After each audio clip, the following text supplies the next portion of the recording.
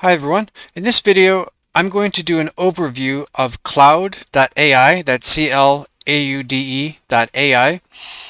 And Claude is an AI chatbot, and it's basically a competitor to ChatGPT, Google Gemini.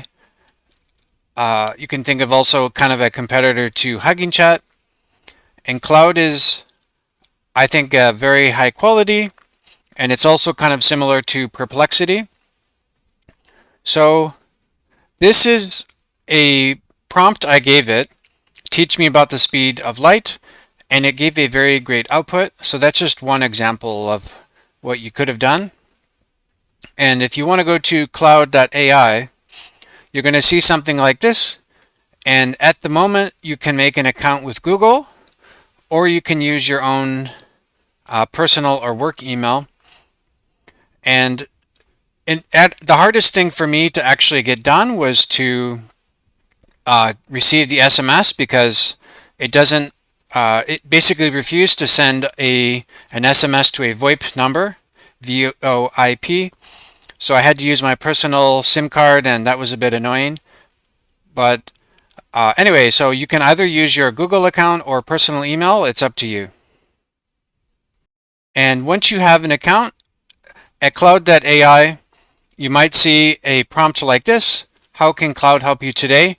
Now, these are previous questions I've asked it, but on your first time, you're not going to see this. But once you ask questions, it will, different prompts, you can go back to previous prompts. And for example, here on the left, you can see these are some previous prompts I've had. I asked it about Flexbox Froggy, that's a CSS game, and I asked it about some CSV file that I had done some currency exchange stuff. I actually made a video about something related to that, and I asked it about understanding the speed of light. So let's go back to here. So I just asked it the simple question, teach me about the speed of light. And of course, this is a complicated question if you really want to dive deep. Basically, it's a science question, but I think it gives a pretty succinct answer.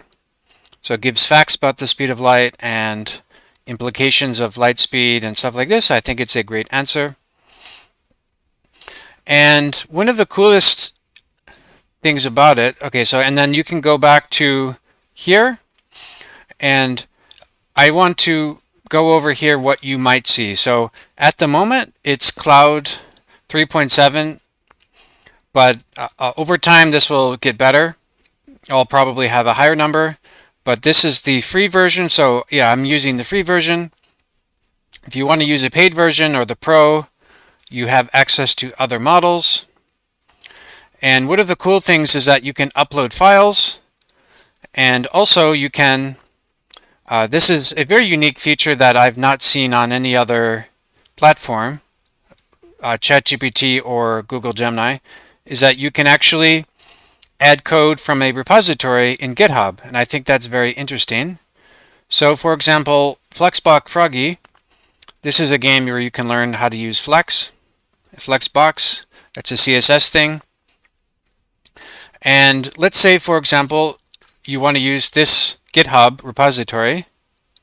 So we can go back here, select the repository. Okay, so this is one of my repositories, but let's try a different one. We're going to put that in there. And it can fetch the repository, which is really cool in my opinion. And then let's just go to one file. So for example here, you can choose here, we can add, so we can basically add the file from GitHub, which I think is really cool. And you can ask it to summarize the file, summarize this file's code. So in this case, it's a JavaScript file. Okay, you don't need to know what this means at all. Okay, this is JavaScript code. And I just asked it to summarize this file's code, and it gives a pretty good answer. So it talks about it's a JavaScript file. it implements a game called Flexbox Froggy, and that's true. So that's fantastic. So you can use this for generating text output, and you can also use it for code. So going back to here, so I asked it about the speed of light, and let me ask it a question I ask other chatbots. For example, give me tips for how to teach my dog to sit. So this is, if you ever have a dog teaching your dog how to sit, that's often a fun task. They can learn that trick. And I think this is a great answer.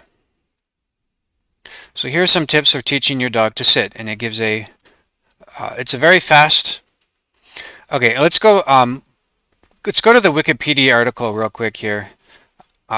So Cloud is a family of large language models developed by Anthropic, and I think the Wikipedia article is very good. And Amazon has invested a lot of money, I believe a few $billions into Cloud. So it's got very good funding. And if you want to read the Wikipedia article, you can learn more about it. I think it's a good article. Okay, and then this is an example of, I said summarize the CSV file. So I had this file here on one of my repositories, and this was a CSV file I made for a video. It was specifically a video about, I believe it was for Google Finance. It was about how to convert between currencies in Google Sheets. And I had told it summarize this CSV file. So I had added the code from GitHub, and it gave a very great answer in my opinion. So it was able to summarize the code, and then I said generate visualizations for the CSV file. And then here you can see some of the visualizations. I think the visualizations are very good. So it can give visualizations. You can see here, for example, this is USD to Singapore dollars exchange rate, and over time, okay, it's gone up and down, but it hasn't changed that much in the past several years. It's been relatively constant between, let's say, 1.2 and it's been between 1.2 and 1.5, so that's relatively stable. And let's see here. And this is between the USD and Chinese yuan, or renminbi. So it's gone between 6 and 7.5. And I think that is correct. So the last time I was in mainland China was, I believe, 2019, and this does seem pretty accurate. It was somewhere between 6 and 7, and it was about that. And I think this is a really cool visualization, so it can give exchange rates comparisons. So this visualization is not really that useful because, for example, Japanese yen is it's a totally different exchange. But I think that's a cool visualization. But these would be more useful. So a bar chart, honestly, is not very useful for this, but I think the line chart is very useful specifically for one currency. Doing something like this, comparing all the different currencies, the different pairs, it's not so useful. But anyway, I think this, and you can see here, this is sort of blue or purple. This is a green line chart, and this is an orange line chart, and I like that it shows the points here. So it's a line chart plus kind of a point chart, and I think that's very cool. So that's a great visualization, and you can download, and I think that's really cool. And here you can also copy. So just like on ChatGPT or other tools, you can copy the output. For example, here I'll copy it. And this was the output. So it actually made React code, JavaScript React code. And I think that's kind of interesting. And then it shows this part here. These visualizations provide several key perspectives. You can see here these visualizations provide several key perspectives. So it copied the code to generate this React code, and I think that's quite good. Let's go back to the understanding the speed of light, or let's just say let's go back to your training your dog to sit. So let's copy what that looks like. So this is what the output looks like if you save it to a text file, and of course you can save this to like a Google Doc or something else like that. So I think that's very useful.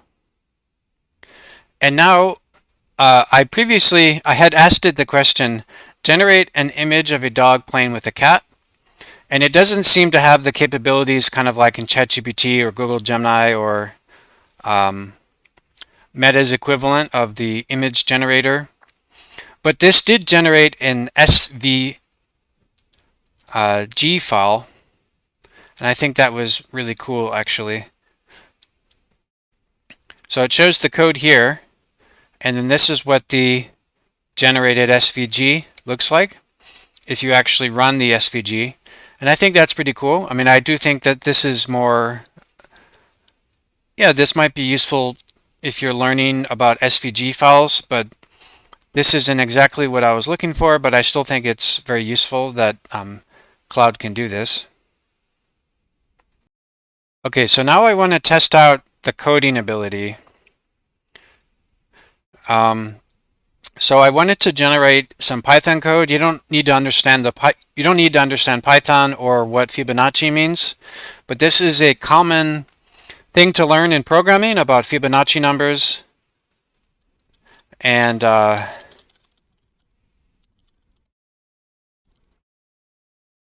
so I'm asking it basically a coding question, and I want to see how good the output is.